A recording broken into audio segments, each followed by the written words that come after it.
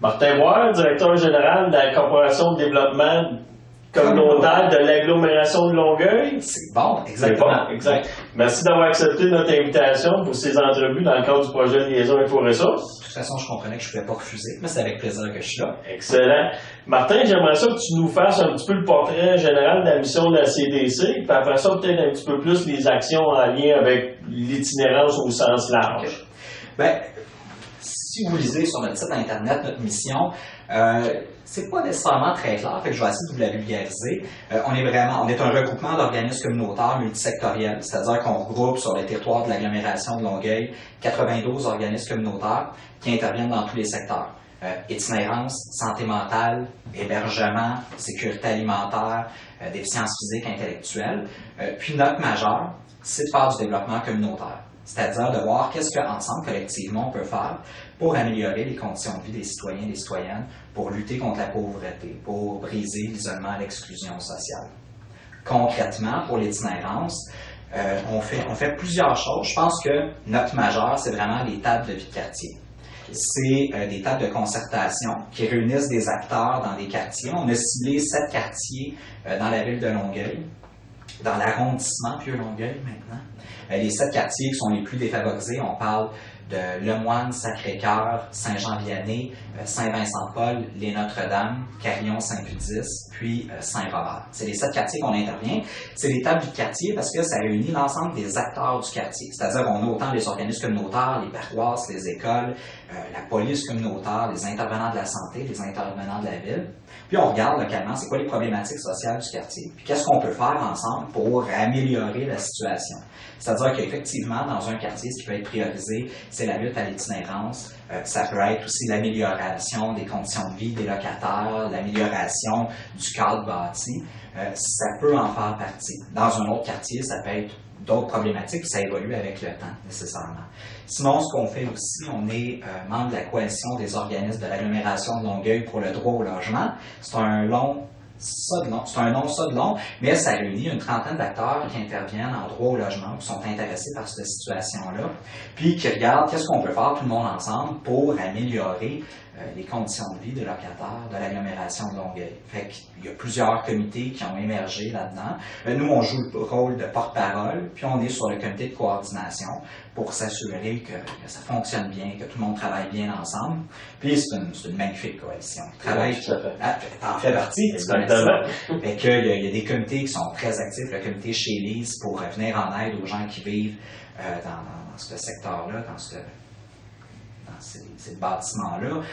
Il y a un comité qui s'est penché sur le projet de politique d'habitation et de logement social de la ville pour faire valoir les besoins des citoyens et des citoyennes en situation de vulnérabilité. On est aussi présent sur la table de concertation sur le logement social. C'est une table de concertation mise en place par la ville pour donner des recommandations à la commission de l'habitation. La commission de l'habitation, c'est les élus municipaux qui y siègent, qui prennent certaines décisions, notamment pour tous les projets accès-logis, c'est-à-dire les projets de logements sociaux. Nous, en étant présents sur la table de concertation, on peut émettre des recommandations à l'agglomération de Longueuil. Quand il y a un projet accès-logis qui est déposé, c'est là aussi que des consultations pour la prochaine politique d'habitation, la table est consultée. Fait qu'on peut faire valoir les besoins du milieu communautaire, puis nécessairement l'ensemble des problématiques qui ont été identifiées. Puis, finalement, je pense que c'est important de le dire, on collabore beaucoup avec la table d'itinérance Rive-Sud, que ça soit Marco, c'est un partenaire avec lequel, Marco qui est le coordonnateur de la table, c'est un partenaire avec lequel on travaille régulièrement. Puis, par exemple, on les a supportés dans le travail collectif qu'ils ont fait à l'égard des modifications du SPLI. Ça, tu pourras en parler davantage que moi, mais grosso modo, il y avait un programme fédéral de financement qui a été modifié, qui a interpellé les groupes à se positionner à l'égard de ces modifications-là. Fait que nous, on a aidé dans le processus d'animation pour que ces prises de décision-là puissent se faire. Puis finalement, je dirais, on a un comité, un merveilleux comité, le comité Enjeux, qui réunit une dizaine d'acteurs du communautaire, puis qui travaillent ensemble à réfléchir sur l'amélioration du travail collectif des groupes communautaires. Puis ça, pour moi, c'est central, c'est la clé, c'est la base. C'est sûr que individuellement, on peut aller plus vite, mais collectivement, on va beaucoup plus loin. Mais pour ça, il y a énormément de défis. Puis ce comité-là, le comité Enjeux, c'est un magnifique endroit pour réfléchir à ces défis-là, puis voir de quelle façon on peut y répondre. Parfois, je me trompe, parfois la CDC a un rôle de facilitateur dans certains lieux, table quartier. Parfois, elle a un rôle de porte-parole, puis d'autres fois, je dirais, de participant. C'est un petit peu, vous vous promenez un petit peu dans ces trois rôles-là, à l'intérieur de ces différentes concertations-là. Absolument, c'est-à-dire que, par exemple, les tables du quartier, c'est sûr qu'on a un rôle d'animateur, de mobiliser la communauté, parce que ça, c'est directement en lien avec notre mission. C'est au cœur de notre mission. Fait que là, c'est sûr qu'on a un rôle prépondérant.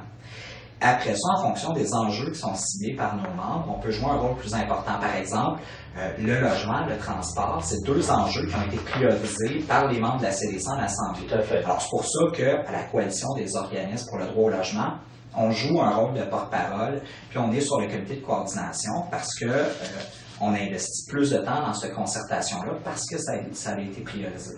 Par contre, on reconnaît que les enjeux sont multiples, les défis sont énormes, il y en a beaucoup. Alors, on essaie quand même de contribuer, de collaborer aux différentes concertations. C'est sûr qu'on ne peut pas participer partout. Il y a plus qu'une trentaine de concertations sur notre territoire. Alors, on est une équipe de 7. On ne peut pas être partout, sinon on ferait ça à temps plein, on ne ferait que cela.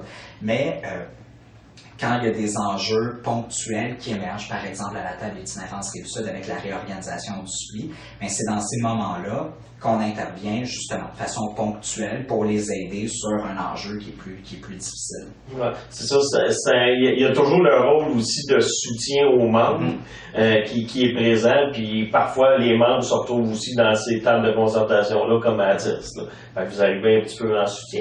J'aimerais ça que tu nous parles du rôle de soutien et un certain leadership dans le dossier du FKIS, des financements de la CRI, l'abolition des CRI. Vous avez joué quand même un rôle important, puis on sait que les projets FKIS, il y a beaucoup de projets qui sont liés avec l'itinérance au sens large, de la prévention à l'intervention directe. Là.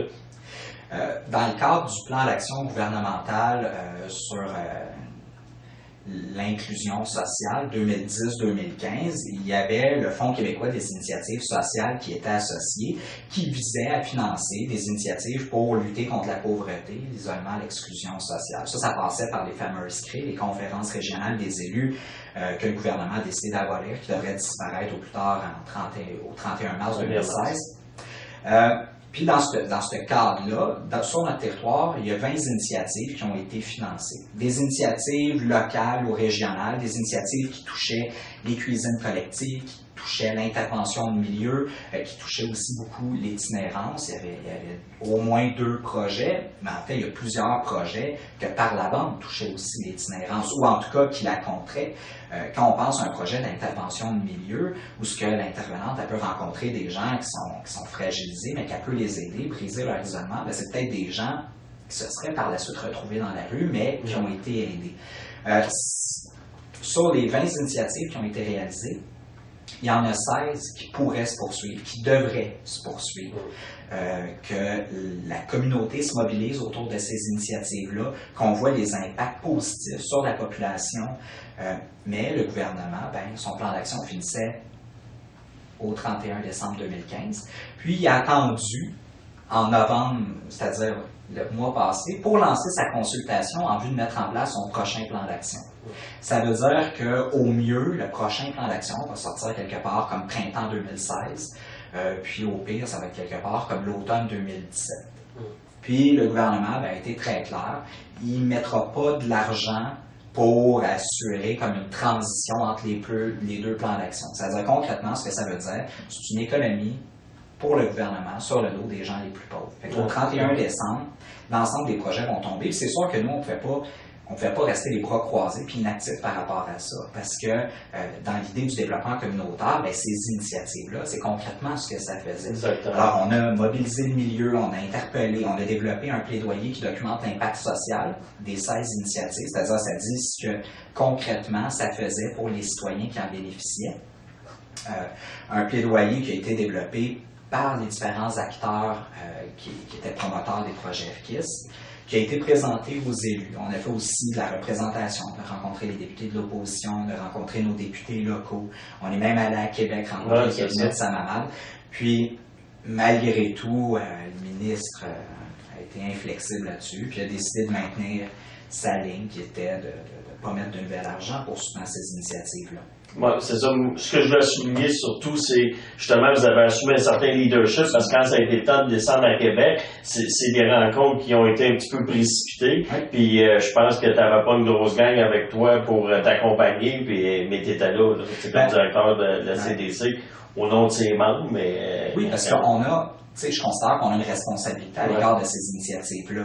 On les a mis en place, on a comblé les besoins des citoyens et des citoyennes, fait qu'on peut pas les abandonner puis décider que bon, ben, c'est comme ça, puis c'est terminé. Fait que c'est sûr qu'on a joué un rôle de leadership, on a mobilisé les groupes communautaires, on a fait des activités, ben, on a fait de la représentation auprès des élus, puis même si on n'a pas eu gain de cause, c'est à refaire, on le referait. Parce que effectivement, c'est notre responsabilité de le faire.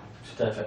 Tu as parlé tantôt du comité enjeu qui survole les différents enjeux puis qui ont de l'impact effectivement sur de la préparation de l'itinérance jusqu'à la lutte.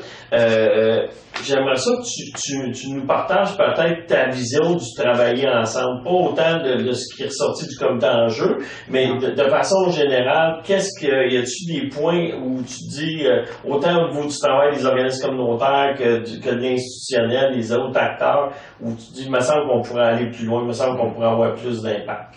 Bien, je veux déjà souligner le travail qu'on fait. C'est-à-dire, on regarde, on est souvent critique, on voit souvent les failles, mais je veux commencer par souligner la qualité de tout ce qu'on fait. Il y a énormément de concertations sur le territoire. De ces concertations-là, il y a beaucoup de travail qui se fait. Que ce soit de l'analyse des problématiques sociales, que ce soit aussi de se reconnaître, de se connaître les uns les autres pour être mieux à même de s'entraider et de venir en aide aux citoyens. Ça, il faut le reconnaître. Il y a énormément d'implications par les groupes communautaires de Longueuil. C'est un milieu communautaire qui est stimulant, qui est vivant, qui est impliqué, qui est mobilisé. Fait que ça, je tiens à le souligner. Après ça, oui, je pense ça sera jamais parfait, puis on peut continuer à s'améliorer, ça, c'est clair. C'est pour ça qu'il y a le comité enjeu, c'est pour ça qu'il y a une dizaine d'acteurs du communautaire puis de la santé qui réfléchissent ensemble à ces enjeux-là. Moi, ce que je dirais, ben, c'est l'éternel, parce que, a priori, tout le monde est de bonne foi. C'est-à-dire que quand on travaille, chacun et chacune, c'est tout le temps dans le meilleur intérêt des citoyens et des citoyennes. J'ai l'impression que plusieurs des problématiques qui émergent, que ce soit un organisme qui développe un projet, qu'un autre organisme travaillait déjà dessus, mais c'est pas par mauvaise volonté, c'est pas pour faire compétition avec l'organisme. Je pense que c'est une des conséquences de l'organisation de nos concertations sur le territoire. Okay. On a une trentaine de concertations sectorielles, multisectorielles. Il n'y a personne sur notre territoire qui a une cartographie complète de toutes ces concertations-là. Il n'y a personne qui a ça, puis il n'y a personne qui peut prétendre être sur l'ensemble des concertations. Fait que c'est bien clair que quand la CDC ou n'importe quel autre groupe, on développe un projet, on ne sait pas s'il y a quelqu'un d'autre qui est en train de faire la même affaire, puis à part qu'à chaque fois que quelqu'un développe un projet, on l'écrit à tout le monde, on ne peut pas le savoir de la façon que c'est organisé. Fait que je pense que la réorganisation de nos concertations, ce sera un premier pas pour améliorer cette situation-là. Il y a des modèles qui existent. À Montréal, il y a des tables de développement social qui sont à l'échelle d'arrondissement, puis desquelles font partie de l'ensemble des tables sectorielles. Fait que ça donne un lieu central auquel toutes les concertations répondent. Mais ça, des modèles, il y en a beaucoup. Dans les différents lieux qu'il y a des concertations, il y a des modèles d'organisation. Mais que nous, toutes nos concertations soient en parallèle, je pense que ça favorise le dédoublement des actions puis des efforts qui sont faits. Il faudrait envisager soit des modèles qui existent déjà ailleurs, qui ont fait leur preuve, ou à tout le moins tenter d'améliorer la connaissance mutuelle de tous ces lieux de concertation-là pour éviter justement les dédoublements ou les projets qui se ressemblent. C'est sûr que de revoir les canaux de communication entre les différentes concertations, ça c'est après ma barre. Il faut commencer par ça. Il faut voir quels moyens on peut mettre en place pour qu'il y ait une communication qui est fluide puis qui fait en sorte qu'on sait ce sur quoi les autres travaillent. Comme ça, quand moi, on commence à travailler sur un dossier, si je sais que l'autre concertation le fait aussi, bien, on peut communiquer puis on peut travailler ensemble à réaliser cet objectif-là au lieu de le faire chacun de notre côté. Puis au final, c'est ça qui arrive, des fois, on manque de financement chacun pour réaliser la même chose, mais si on se mettait ensemble, on l'aurait le financement. Ça, c'est un exemple. Des fois, juste organiser une journée de réflexion sur un enjeu, au lieu qu'on en fasse une chacun, qu'on la fasse ensemble, on a 2 fois plus de jus de bras à mettre. Fait que ça, c'est un moyen. Après ça, il y a déjà des efforts de fait, parce qu'on voit dans différentes tables, la communication puis la combinaison de différentes tables, on avance dans ce sens-là, mais on peut encore aller plus loin. Oui, je pense que oui. Il y a des outils qu'on peut se donner. Après ça, je pense qu'il y a des réflexes qu'il faut prendre. Puis finalement, je pense, comme que je dis, qu'il y a peut-être avoir une certaine réorganisation. C'est sûr que nous, au niveau des tables du quartier, on réfléchit à ça, comment les rendre plus efficaces. Je pense que cet effort-là va devoir être réalisé par tout le monde. Parce que c'est une critique qu'on entend beaucoup dans le communautaire, la surconcertation. Ben, faut y réfléchir, il faut s'y pencher. Les membres qui trouvent qu'ils ont trop de lieu ou... Oui, absolument. On entend souvent des gens qui disent je devrais, pour répondre à la mission, il faudrait que je sois sur une dizaine de concertations différentes. C'est impossible.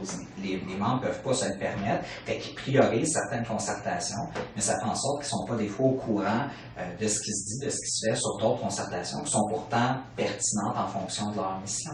Puis on perd, à la limite, on perd leur expertise aussi dans la réflexion de cette concertation-là, parce qu'on peut pas être partout. Absolument. Mais c'est un beau lieu d'amélioration. Écoute, moi, en ce qui me concerne, ça fait le tour. Je te dirais merci. Un gros merci, Martin, d'avoir accepté notre invitation. Ben, merci de m'avoir donné la parole. Au plaisir.